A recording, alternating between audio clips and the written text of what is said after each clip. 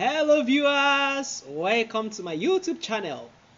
Today we are going to be discussing a very interesting legal topic, and that is revocation of a will by subsequent marriage. What is revocation of a will?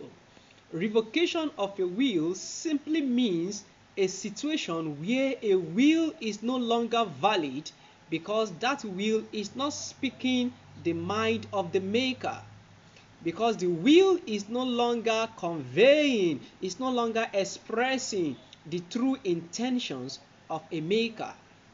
Every will is deemed to be the true intention of the maker. Every will is deemed to be conveying, to be expressing the mind and the true intentions of a maker. So there are situations that will make the courts to hold that a will is no longer speaking the mind of the maker. And one of such situations is through marriage. There are different ways through which a will can be revoked. They are 1. By marriage, 2. By alteration, 3. By destruction, 4. By execution of will, codicil, or express declaration. But what we are going to be focusing on in this video is revocation of a will by subsequent marriage. Now you may want to ask, is it all types of marriage that revoke a will? Can a marriage under custom or Islamic law marriage revoke a subsequent will? The answer is no. It is only a subsequent marriage under the acts that can revoke a will. That is by virtue of Section 18 of the Wills Act and Section 11 of the Wills Laws of Lagos State. Having said that, it is important to note that what I have said is the general position of the law.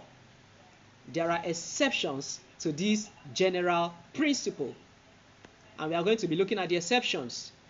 Before I proceed, please kindly take your time. If you have gotten value from this video and you'd like to get more educative content like this on law, kindly hit the subscribe button, turn on the notification bell so that you'll be the first person to always receive videos like this whenever they are released. I'm waiting for you to subscribe. Thank you for subscribing. Let us proceed. So we are going to be looking at the exceptions. I have mentioned one earlier.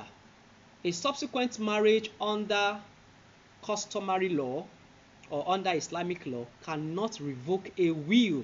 It is only a subsequent marriage under the acts that can revoke a will. Another exception is where the subsequent marriage under the acts is between the same parties. The earlier will not be revoked. What do I mean? Tunde made a will in the year 2000. As at the time he made that will, he was already married to Shewa under custom.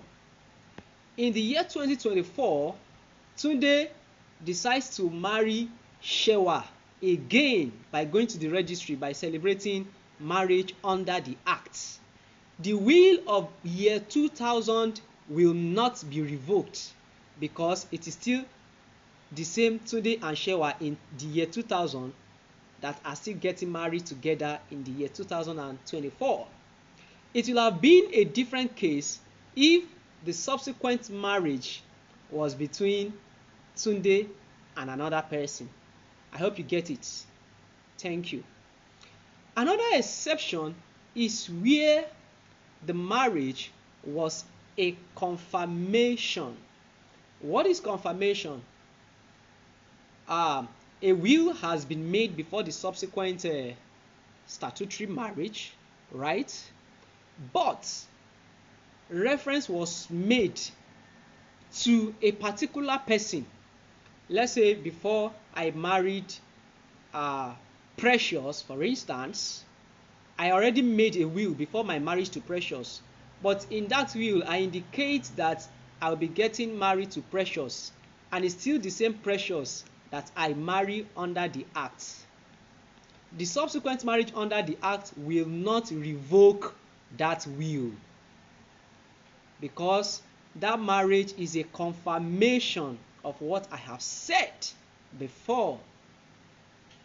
Another instance where a subsequent marriage under the act will not revoke a will is where the marriage is a void marriage. Yes, where the marriage is a void marriage, there is no marriage at all. Then that subsequent marriage under the act that is void cannot revoke a will. Now, what are the implications of a subsequent marriage under the act? What are the implications of it revoking a will? Let's say, for instance, today married Shewa under native law and custom. As at the time today married Shewa under native law and custom, let's say Tunde has shared all his properties, he has distributed all his properties. Let's say, unfortunately for Shewa, Tunde did not give him anything in that will. If they marry under the act, if Tunde and Shewa still marry under the act, that will is still valid. The earlier will is still valid. Shewa is not going to get anything from that marriage. Yes, Shewa will not get anything from that marriage because it is still the same parties. But let's say that Tunde made a will before marrying Shewa, and Tunde has distributed all his properties. So after marrying Shewa now, if Tunde fails to make another will, the earlier will he made before he married Shewa under the act, that will is what? Invalid. Because the subsequent marriage under the act will invalidate it. So it's as good as Tunde is not having any will. So where Tunde dies, what Shewa will be able to do in that situation is to apply for letters of administration.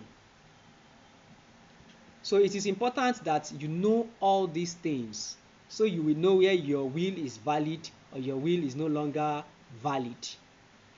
Where it is Tunde and Shewa that are married under native law and custom, and two of them still come back to marry under the act, that will is still valid, very, very intact. But Tunde made a will before he married Shewa. Now he has married Shewa under the act. Tunde does not have any will in place because that will he made before marrying Shewa is invalid. Tunde will need to make another will. Now, by watching this video, you know whether your will is valid or not. Yes. Okay, thank you for watching. Thank you for your time.